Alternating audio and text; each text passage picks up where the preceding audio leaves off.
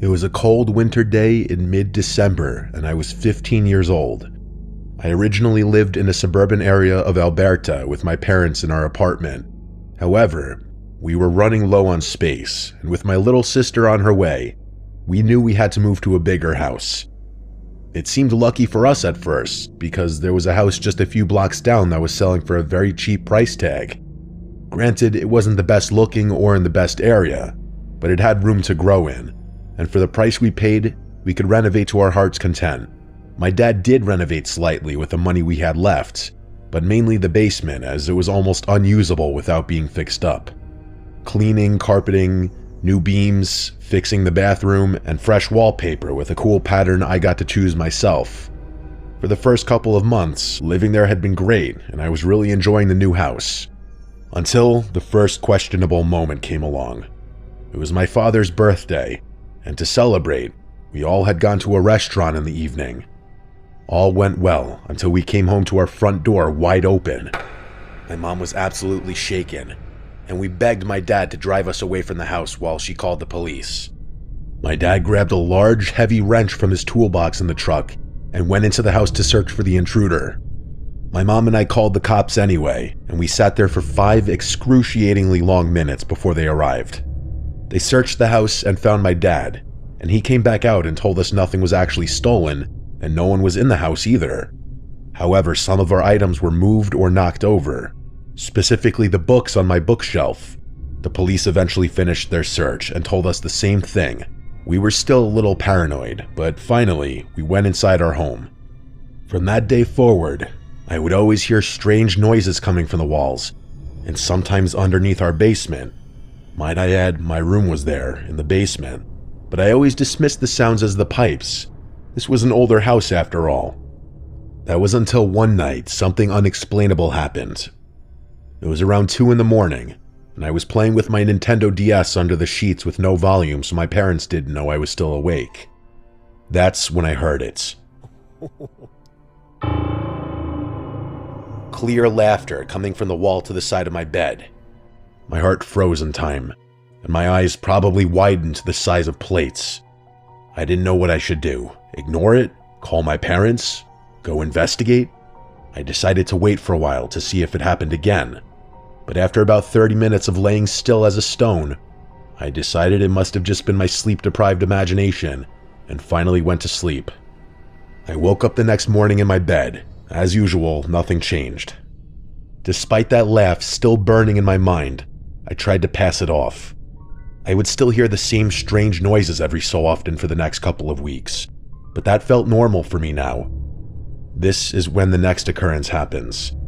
By this time, my sister was already born, and since the basement was big enough, plus my mom trusted me with keeping her safe at night, she shared the room with me.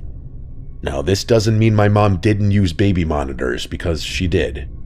She kept the parent units in the living room, and the other in the kitchen. One night, my parents had gone out for a late-night dinner and left me to take care of the house until they got back. I was in the living room watching a movie when I got up to get a snack from the kitchen.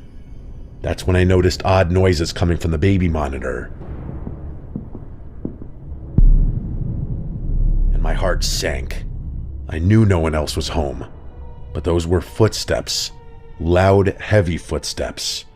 Suddenly, my fear was realized when my sister started crying, and I heard a faint shh sound come out of the speaker, followed by a crash. I instantly did the first thing that came to mind, which now, thinking clearly in retrospect, could have gotten us both killed. I ran as quickly as I could up to my parents' room and grabbed my father's rifle. However, I didn't have the key to unlock the trigger lock or any of the ammunition. I figured I would pretend it was loaded and try to hide the lock with my hand. If I was attacked, I would use the buttstock to defend myself. All I thought of was getting my sister to safety. When I got to the basement door, I opened it quietly and walked down the steps, turning to face my sister's crib. No one was there, but she was still crying, as well as the baby monitor being on the ground sideways. I mustered all the courage I could and yelled, "I'm armed. Come out before I find you." Still nothing. I grabbed my sister and ran upstairs. I closed the basement door and pushed a chair under the handle to keep it locked while I called my parents. They called the police and got home as fast as they could. The police got to my house before my parents did, so they made me sit in the back of the cop car with my baby sister while one of the police officers went inside to investigate. When my parents arrived, I told them everything that happened. They were confused but very concerned. They knew I wasn't the type of kid that would lie about something like this. The police officer came out and gave us an all clear and said no one was in the house. Just as they finished talking to us and were about to leave, my dad worriedly asked them if they checked behind the bookshelf. In my room, there was a bookshelf that came embedded into the wall, so I was very confused when my dad asked to look behind it. The police officer was confused too, and asked my father to come inside with him and point out what he meant. Lo and behold, when we got downstairs, my bookshelf was pushed open slightly like a door, and the basement window that leads to the backyard was opened all the way, with my desk chair planted under it. Behind the bookshelf was a small room with some of the pipes to our house, and the pipes wrapped around some of the walls. On the ground were some food wrappers, one of our cups that had gone missing, lotion, a switchblade, along with an apple that was partially eaten but still slightly fresh. Someone had been living in our house, and we didn't even know it this whole time. The police said that most likely while they were outside talking to us, whoever was here escaped through the open window. They said to call if we ever noticed anything suspicious. However, they didn't think the person would come back now that we knew of their secret. That wasn't even the most horrifying part, however.